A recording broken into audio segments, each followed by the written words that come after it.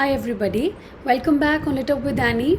In this session, we are beginning with Renaissance poetry, the background, and the first poet that we will start with is Philip Sidney.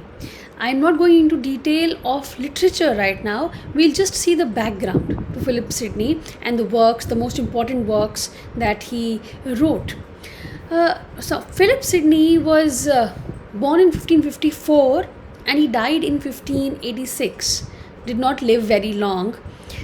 He died in a battle, and that battle actually made him a hero. It was called the Battle of Zutphen, Zutphen. What happened is that he had some water and he saw that there was a wounded soldier who was in need of water, and he also had a little bit left. So he gave that water to that other wounded soldier who needed it more at that point of time than him. And that's what made him a hero. He also died in that battle only. So that's how he died very early. He's one of the most prominent figures of Elizabethan age. You've all heard about Philip Sidney. However, in a lot of other details about one of the very important works of Philip Sidney, we will be doing in the course on criticism. One thing is that none of his works were published during his lifetime. They were all published posthumously after he died. Finest achievement was a sequence of 108 love sonnets.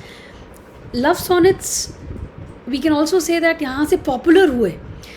Sonnets जो हैं, Petrarch, you've all heard the name of Petrarch, वहाँ वो influence है. Italian Petrarch is the influence for love sonnets. So Petrarch used to write sonnets for his love, and her name was Laura, the ideal woman that Petrarch thought was. So he wrote sonnets for Laura, and Philip Sidney has brought that into English, sonnets. These owe much to Petrarch and also Pierre de Ronsard in tone and style, and place Sidney as the greatest Elizabethan sonneteer after Shakespeare. So he becomes one of the greatest sonneteers because of this sonnet sequence that he wrote. Sidney wrote his sonnets to his mistress, Lady Penelope Rich, although they were dedicated to his wife. That's funny. Now there is a little different. There's a little difference from the Petrarchan sonnets. The difference is in style of writing, the form of writing. Petrarch ने जो style, जो form लिया था, उससे थोड़ा different है Sydney का.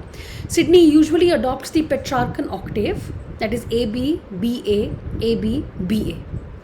But there is a variation in the sestet that includes the English final couplet. Last में couplet है. The most important works of Sidney are a sonnet sequence, number 1, Astrophel and Stella, a treatise, the Defense of Poesy, which is also known as the Defense of Poesy or an apology for poetry, it's also called one of the greatest critical works. This one we'll do when we'll do a course on criticism.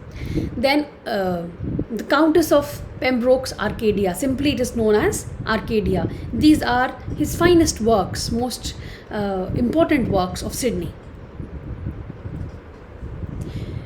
A little bit about his works. सबसे पहले, a lesser known work is there, Lady of May. This is a masque that Sidney had written. It was performed for Queen Elizabeth.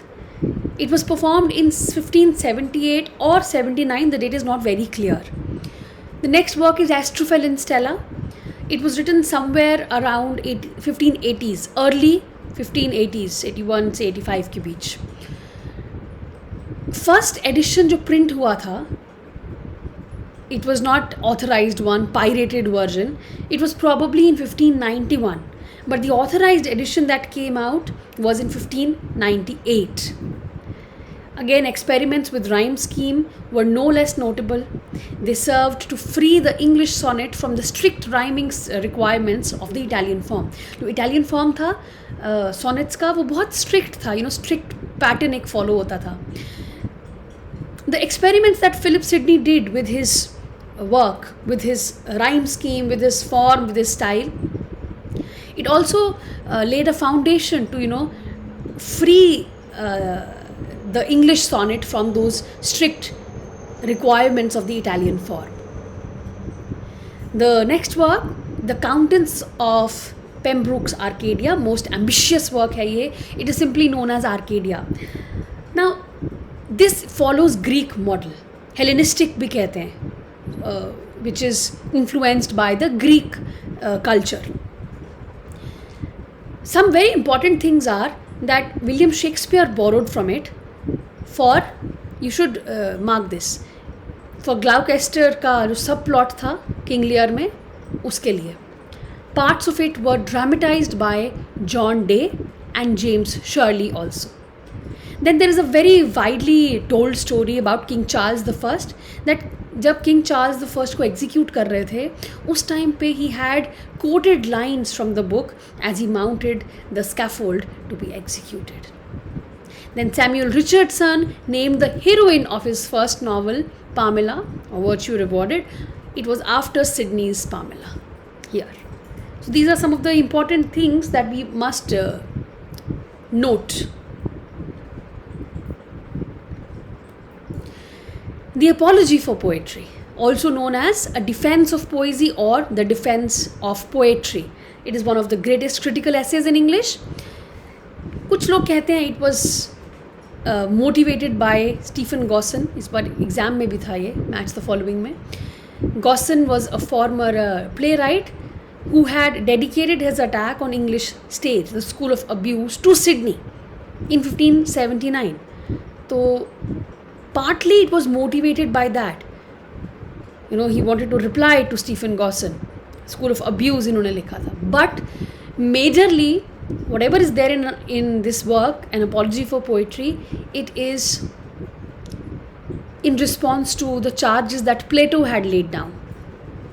Poetry, what it says is, poetry, by combining the liveliness of history with ethical focus or philosophy, is more effective than either history or philosophy in rousing its readers to virtue. How will the readers rise to virtue? अच्छा कैसे करेंगे लोग? तो कहते थे ये कि poetry जो है वो हिस्ट्री की लाइवलीनेस और फिलॉसफी के एथिक्स को कंबाइन करके एक बहुत इफ़ेक्टिव वे बन जाता है to rise the virtue of readers, जो कि हिस्ट्री अकेला या फिलॉसफी अकेला नहीं कर पाता. Next work was the Sidney Psalms. ये कुछ इंग्लिश ट्रांसलेशंस जो थी साम्स की, they were completed by Philip Sidney's sister called Mary 1599 में. So these were the works of Philip Sidney, the most important. Okay, just a little bit of revision on Philip Sidney. So Philip Sidney was born in 1554, died in 1586. Okay, he is called the perfect Renaissance gentleman. Okay, as I told you, his death was after the Battle of Zutphen, sacrificing the last of his water supply to a wounded soldier, and it made him a hero. Greatest sonnet sequence कौन सा है? Astrophel and Stella, one of the key texts of Renaissance. Then other works are Arcadia. Arcadia जो है, it is a prose romance. Okay, there are poems, there are songs in it. Then अच्छा एक और बात है Arcadia के बारे में, उसका अपना एक हिस्ट्री है आर्केडिया का. आर्केडिया वॉज रिटन, पहले तो आर्केडिया ओल्ड आर्केडिया लिखा गया, ठीक है. Philip Sidney wrote old Arcadia. It was somewhere around 1580s. Then what happened after he finished writing old Arcadia, he started writing it again, the new Arcadia. I don't know why. So the new Arcadia remained unfinished. It was published in 1590. Now this poses a big problem for the scholars of Philip Sidney, क्योंकि बहुत ज़्यादा एक वो textual problems create हो जाते हैं because of old and new Arcadia. ठीक है. So Arcadia is very complex and still it is a controversial mixture of pastoral romance, narrative intrigue and evocative poetry of love and nature. So and then we talked about the influence. Italian influence क्या है? Italian influence जो है on English Renaissance love sonnet was Italian Petrarch, who wrote sonnets to his ideal woman Laura. Then yes, so that's it. There is a variation in the style that Philip Sidney has adopted, and then we saw his works: The Lady of May, Astrophil and Stella, Pembroke, Arcadia, Apology for Poetry, and the Sidney Psalms. So this is a little bit of background about Philip Sidney. Please start reading the works. Whatever you find on these works, all of these works, start doing right now after this class. So before we move on to the next writer that I take up. So this is how you will prepare, okay? Don't miss any work. Don't think, अच्छा Lady of May तो मैंने कभी सुना भी नहीं है तो मैं करूँगी नहीं. Don't do that, please. Whatever you find, you will not find even much. But whatever you will find, please read on the internet. Okay? I'll see you in the next session. Please share the video and please subscribe to my channel. Thank you.